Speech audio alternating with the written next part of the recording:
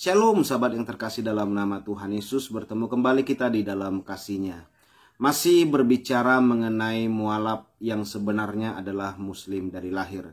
Kali ini saya akan nge-share sesuai dengan janji saya bahwa ada mualaf asal Kalimantan yang sebenarnya adalah muslim tetapi mengaku seorang pendeta.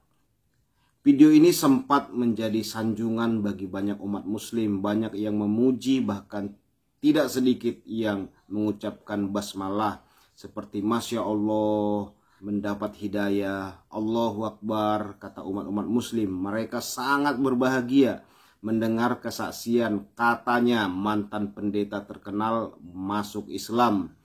Dari kesaksiannya itu, saudaraku, beberapa komen orang yang sekampungnya menceritakan, "Bapak ini saya kenal, dia bukan Kristen, dia bukan mualaf, tetapi dia seorang muslim."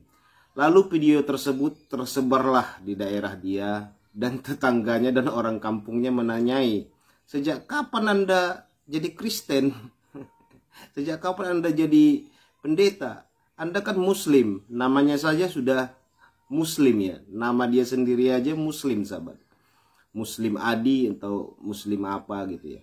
Akhirnya sahabat, karena video itu viral, ditonton jutaan view ya, akhirnya dia malu sendiri dan akhirnya minta maaf bahwa dia telah melakukan kesalahan dan kebohongan. Baik sahabat, kita tonton videonya. Saya ambil dari channel seorang apologet yang luar biasa, Jeki Sembiring. Silahkan nanti Bapak Ibu Saudara subscribe channelnya. Beliau rajin berapologet, membela keimanan, baik di YouTube maupun di TikTok dan di beberapa media sosial lainnya. Luar biasa beliau ini, Jeki Sembiring.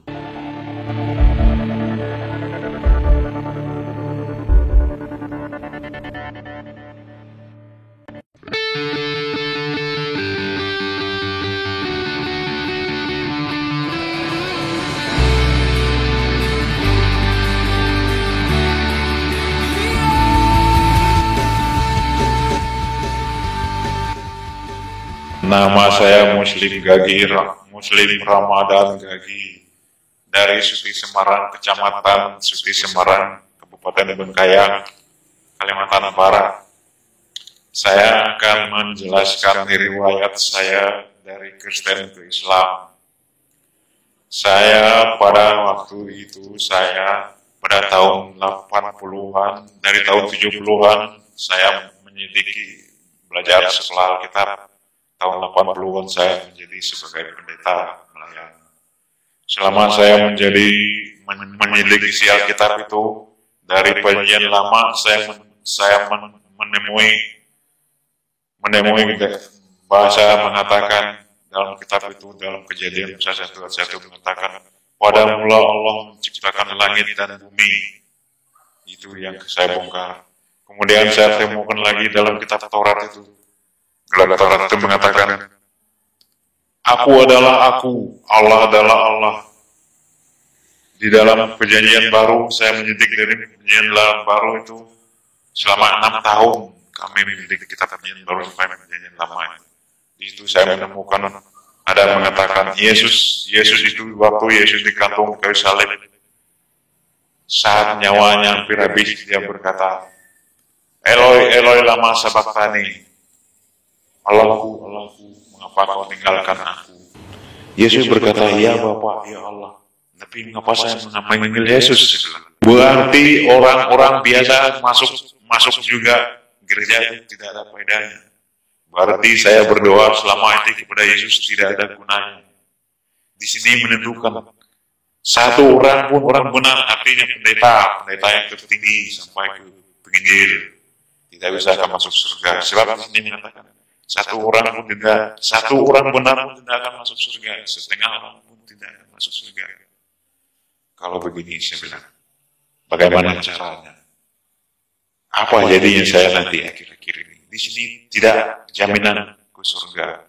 Padahal dalam Yesus mengatakan dalam kitab perjanjian lama itu, saya dikelabui, saya pikir mereka bilang Yesus mati di salib, tumpah darahnya untuk menebus dosa. Siapa yang mati terhapus dosanya. Meskipun dia berbuat dosa banyak, yang penting dia menyembah Yesus, dosa-dosanya tetap tidak ada lagi, karena darah Yesus telah tertumpah itu untuk semua orang. Yang saya rasakan, alhamdulillah, luar biasa kemurahan Allah di dalam saya. Pertama tadi saya bilang susah, tenang, damai selama saya jadi keluar masuk. Setelah saya di KCL kita 6 tahun itu kan 6 tahun juga saya jadi pendeta, masuk kampung keluar kampung, masuk gereja. Kalau kita masuk gereja itu, masuk di gereja yang satu ini, kita ngajar mereka ada 50 orang misalnya. Tapi kita masuk lagi bulan depannya 40. Kok begini, saya bilang, makin kurang, saya bilang, tambah datang Islam lagi. Tetapi sekali saya masuk Islam itu, kita masuk 60 orang misalnya. Tapi tahun depan 70. Jarang saya merasa sedih selama saya dari Islam. Tidak ada saya sedih, tentram yang ada dibandingkan dalam Kristen itu. Selama saya menjadi pendeta itu, masuk kampung, keluar masuk kampung, honor tidak ada, ataupun apa itu amplop tidak ada. Setelah saya diminta untuk berkunjung di semua masjid, di banyak masjid, ada 11 masjid yang saya kunjung di Pontianak itu. Setelah kita keluar tuh di amplopkannya, saya terkejut, apa ini, saya bilang. Ini amplop katanya, wajar kata yang membimbing saya itu, Bapak yang datang kemarin. Gitu ya, saya bilang. Baru saya tahu, saya bilang. Kalau di Kristen ada seperti ini, saya bilang.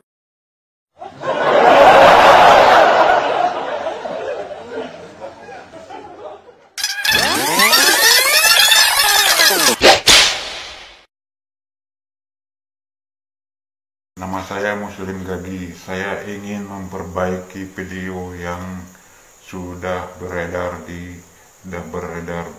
bahwa berdasarkan pengakuan yang disebut pendeta itu tidak benar.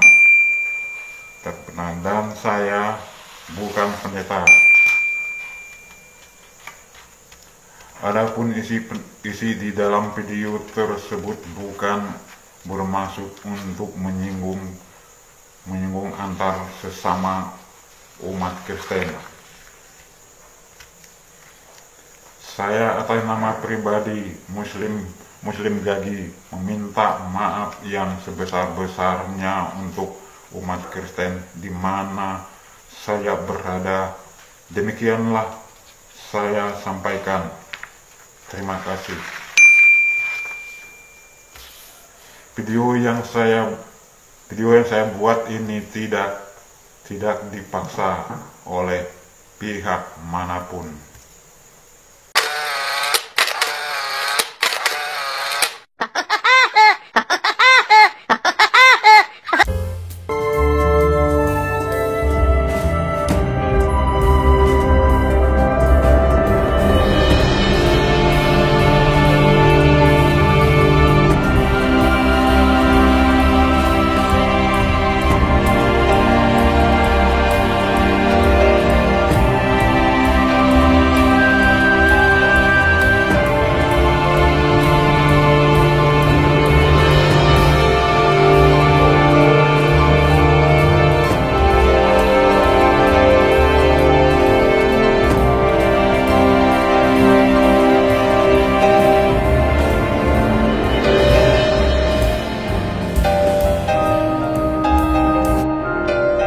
Tekan tombol subscribe, like, dan tinggalkan komentar kamu di bawah.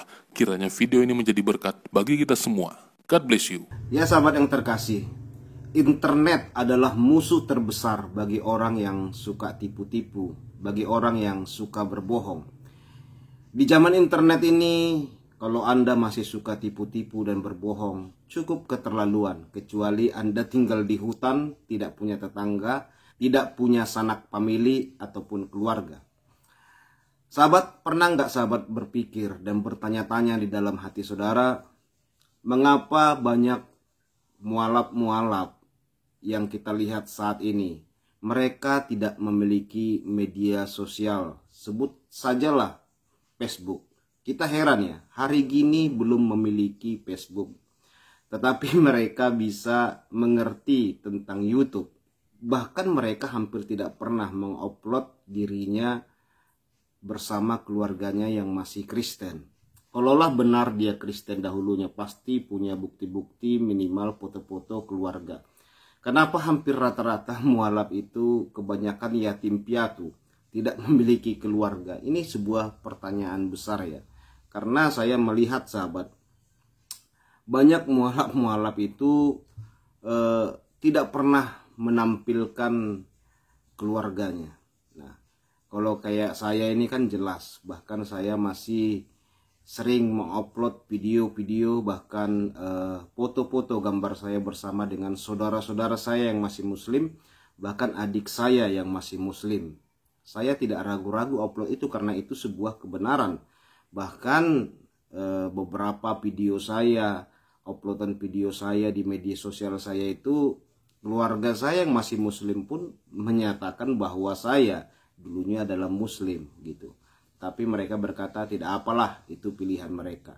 Ya sekarang mereka berkata tidak apa, tapi dulu kan berat juga, lewati proses juga semuanya sahabat.